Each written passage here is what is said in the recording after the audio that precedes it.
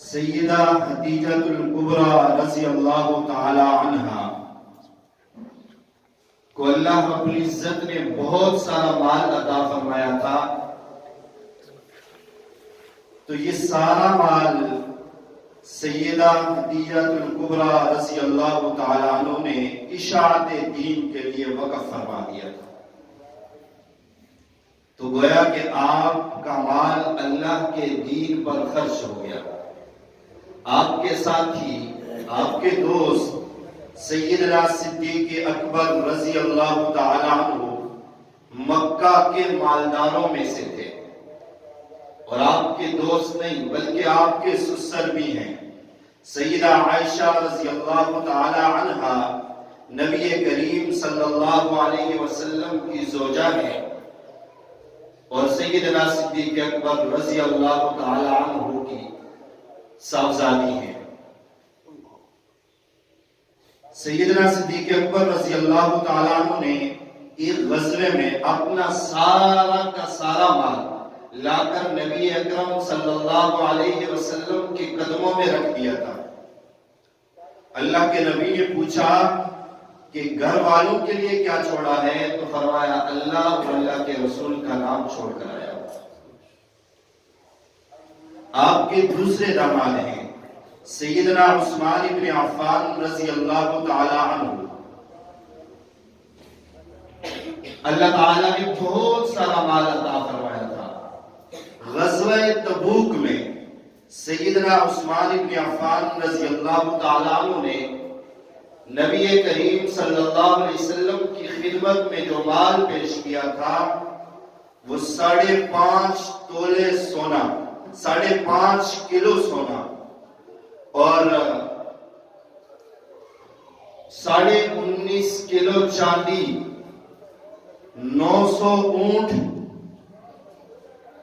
اور 100 گھوڑے غزوہ تبوک میں نبی اکرم صلی اللہ علیہ وسلم کی خدمت میں پیش فرمائے تھے۔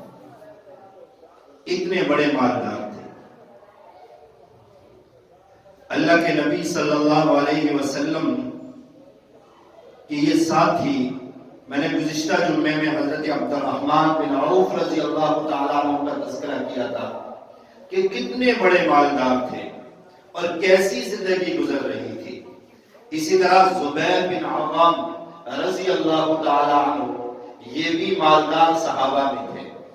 یہ سب کچھ نبی اکرم صلی اللہ علیہ وسلم کو ملا، اور آپ کو مال غنیمت میں سے خمس، 5واں حصہ مال فے جو تھا وہ سارا کا سارا نبی اکرم صلی اللہ علیہ وسلم کے لیے تھا، اور سالانہ جو آپ کی ازواج مطہرات کو مال آپ خرچ دیا کرتے تھے، اندازے کے طور پر وہ 50 لاکھ کے قریب تھا، ایک بیوی کو جو ملتا ہے، ایک بیوی۔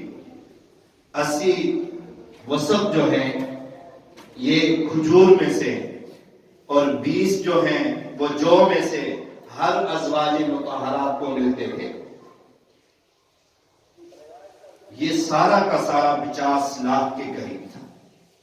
اب یہ مال کی نوعیت ہے۔ اب ایک عورت نبی کریم صلی اللہ علیہ وسلم کے گھر پر تشریف لائی۔ سیدہ عائشہ رضی اللہ تعالی عنہا فرماتی ہیں کہ اس کے ساتھ 2 بچیاں تھیں، اور میرے پاس صرف ایک کھجور تھی۔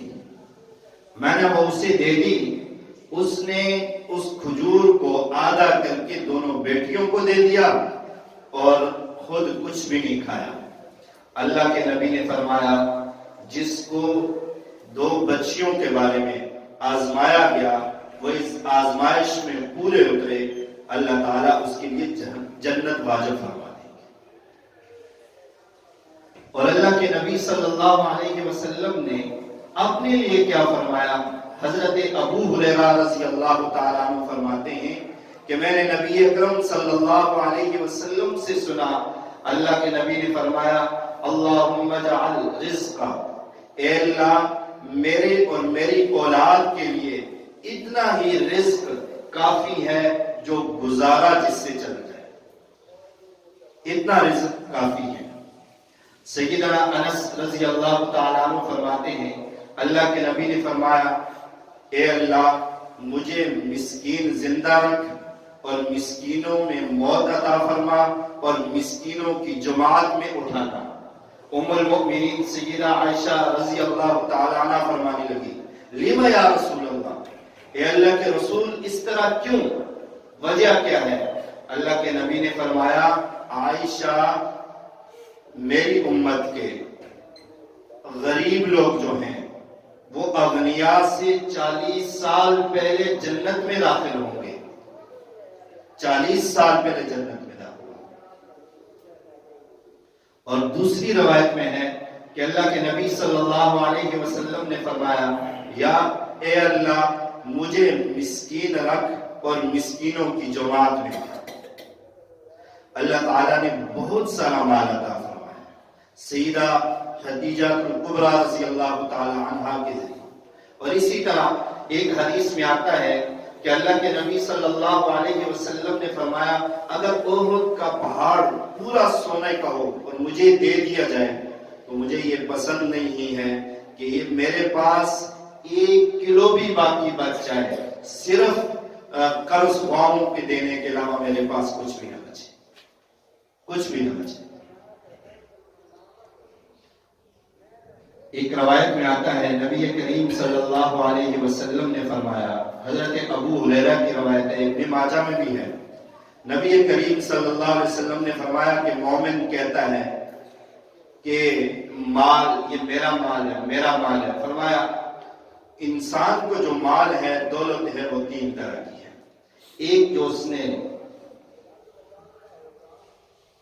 کھایا ختم ہو گیا، پہلا ختم ہو گیا، ایک جو اس نے صدقہ کیا یہ باقی رہ گا، اور ایک جو اس نے پیچھے چھوڑ دیا وہ اس کا نہیں ہے، وہ لوگوں میں شمار ہو، بھائی ہے، بہن ہے، بیوی ہے، اب چھوڑ گیا ہے، اب یہ اس میں لڑتے رہیں گے۔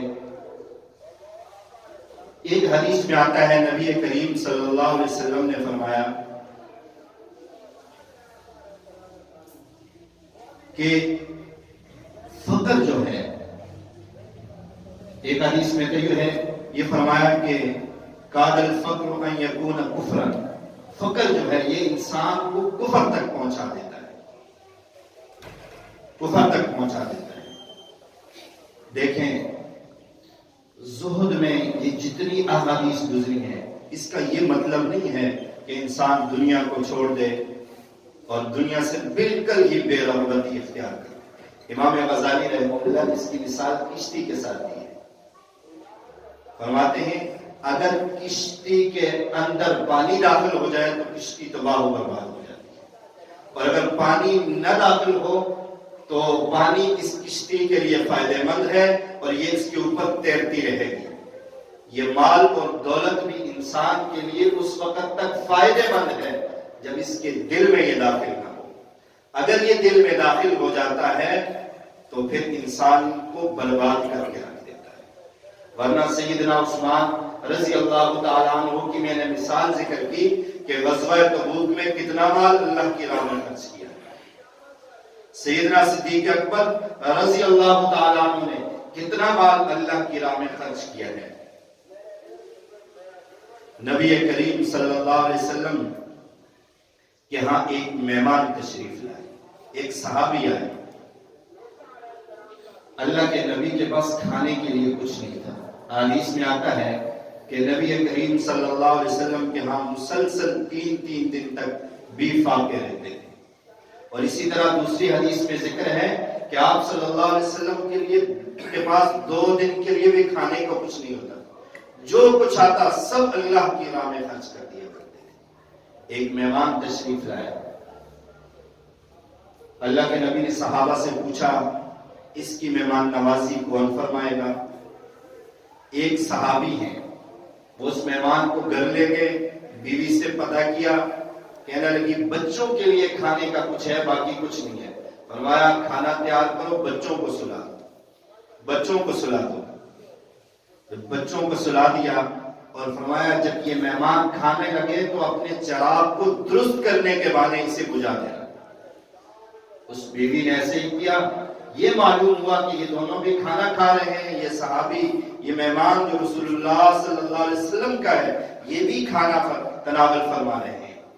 جب صبح نبی اکرم صلی اللہ علیہ وسلم کے پاس یہ صحابی تشریف لائے تو فرمایا آپ دونوں کی اس ادا پر اللہ رب العزت بھی ہنس رہے تھے، اور قرآن کریم کی آیت نازل ہوئی وَيُؤْثِرُونَ عَلَىٰ أَنفُسِهِمْ.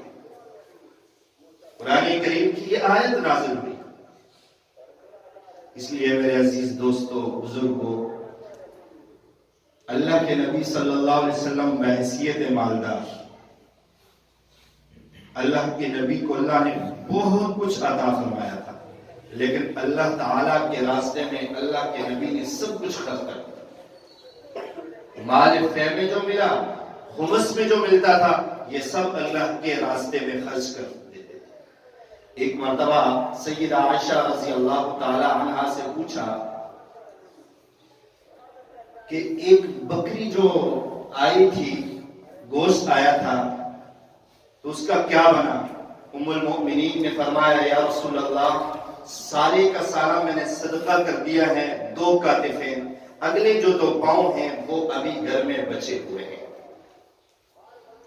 آپ صلی اللہ علیہ وسلم نے فرمایا کہ عائشہ جو تو نے صدقہ کر دیا وہ باقی ہے، جو تو نے گھر میں رکھا ہے یہ باقی نہیں ہے. جو کھا لیا وہ ختم ہو گیا، جو پہن لیا وہ بھی ختم ہو گیا، جو صدقہ کر دیا وہ باقی ہے، اور جو پیچھے چھوڑ دیا وہ آپ کا نہیں، وہ لوگوں کا ہے. اللہ رب العزت سے دعا ہے اللہ تعالی ہمیں قرآن اور حدیث پر عمل کی توفیق نصیب فرمائے، اور جو کچھ کہا سنایا ہے اس پر بھی عمل کی توفیق نصیب فرما دے. وآخر دعوانا ان الحمدللہ رب العالمین. انشاءاللہ خطبہ اور جمعہ ہمارے ایک عزیز ہیں مفتی عبدالقدوس صاحب، ریاض سعودی عرب میں مسجد میں امام ہیں، وہ پاکستان تشریف لائے ہوئے ہیں، تو آج ہماری دعوت پر یہاں تشریف لائے ہیں، تو عربی خطبہ اور جمعے کی نماز انشاءاللہ وہی ادا فرمائیں گے. اللہ تعالیٰ ہم سب کو قرآن اور سنت پر عمل کی توفیق نصیب فرمائے.